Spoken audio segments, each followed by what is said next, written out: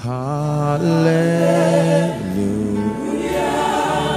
You have won. You have won the victory. Oh, we sing hallelujah.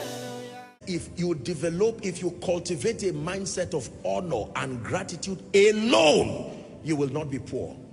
Your life will be improved and enhanced in a way that will surprise you.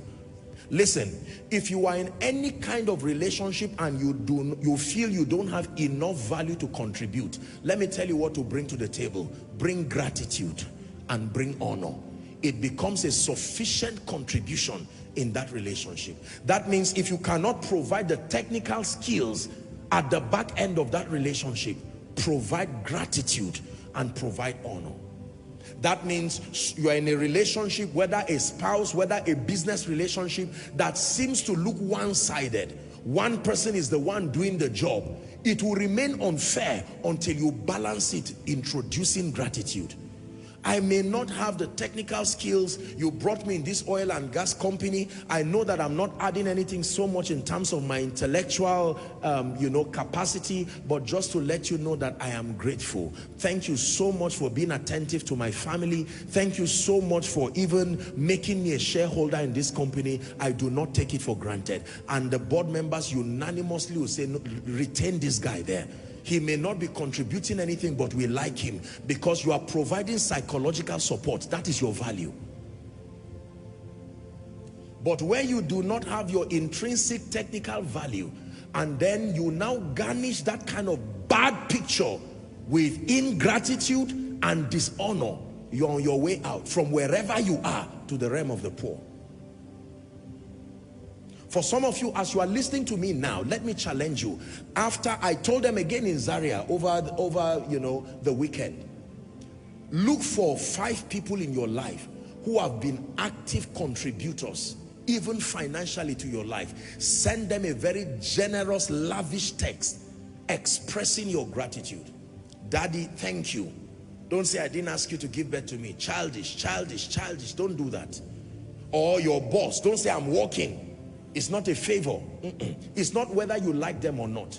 That you are responsible and you are matured enough to send a text. And I've told you how to communicate gratitude here in Koinonia. The way you communicate, the goal of gratitude is to make the giver perceive that you are grateful. And it is your responsibility to invent every expression that makes the giver perceive. Until the giver perceives that you are grateful, you have not yet communicated gratitude. So for instance, if in your world the only way you say thank you is one word, thanks, you are going to be poor. Are we together? It is true. Someone gives you a house, you say thanks. Gives you a car, you say thanks. Pays the school fees of your children, thanks. No. And for people who can disturb, they will send 5 text messages in 10 minutes. Just to remind you, I'm sure you've forgotten, you were saying you would do a transfer. I know that you are busy, can I just remind you again? And then when the transfer comes, is by the next day, you now say, oh, I forgot, I saw it, thanks. You have closed that door. And even though it's the year of open doors, you will be surprised that you use your own hand. The door that prophecy opened, that you close it and stood at the back to make sure that door does not open again. Say amen. Please do it.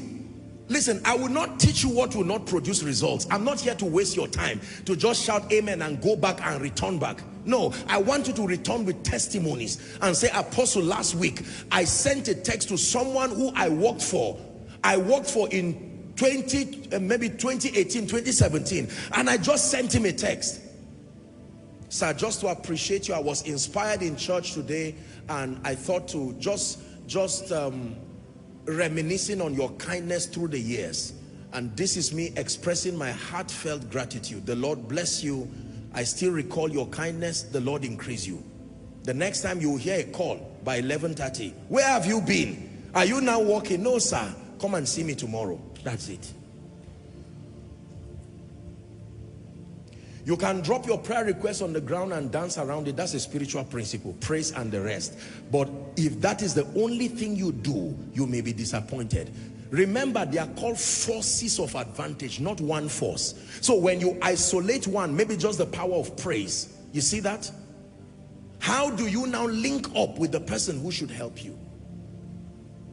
Some of you are in business partnerships. You can take the time, convey a meeting. You are not necessarily discussing anything around the business. I just want to appreciate you. And subordinates, don't sit down and be waiting, or leaders and superiors, don't wait for your subordinates to say thank you alone. Humble yourself and tell your people thank you. Whether you are a pastor, a father can tell his wife and children thank you. Am I right on that? A leader, a CEO of an organization, don't say it is my company. The Lord gave the word, but great was the company of them that published it. Success is a composite of many factors, and you must appreciate the several units that contribute to that success, and do it consistently. Thank you so much. I just called for this meeting to appreciate all of you.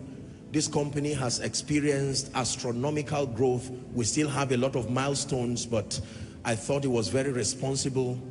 I was inspired to call all of you together. I appreciate you. You mentioned the units one by one, and you see the people trying to be serious and trying to laugh. They can't believe that their boss is the person who is saying thank you. They can't believe that their superior is the one appreciating them.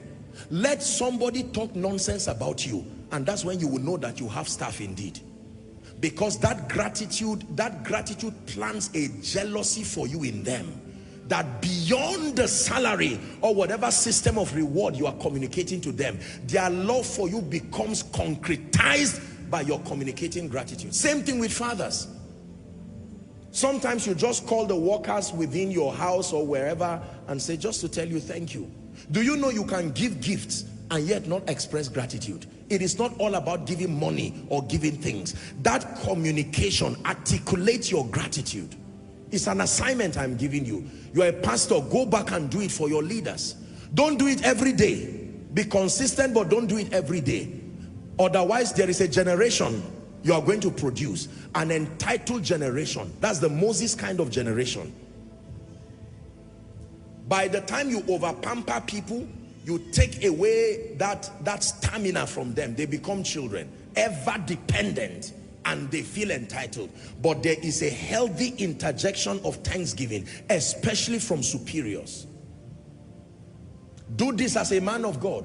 Gather your pastors who labor your workers and let them know that you appreciate them. It's not about money, it's about your heart. And watch what happens. And teach your people, koinonia, global, I will teach you gratitude until you get it.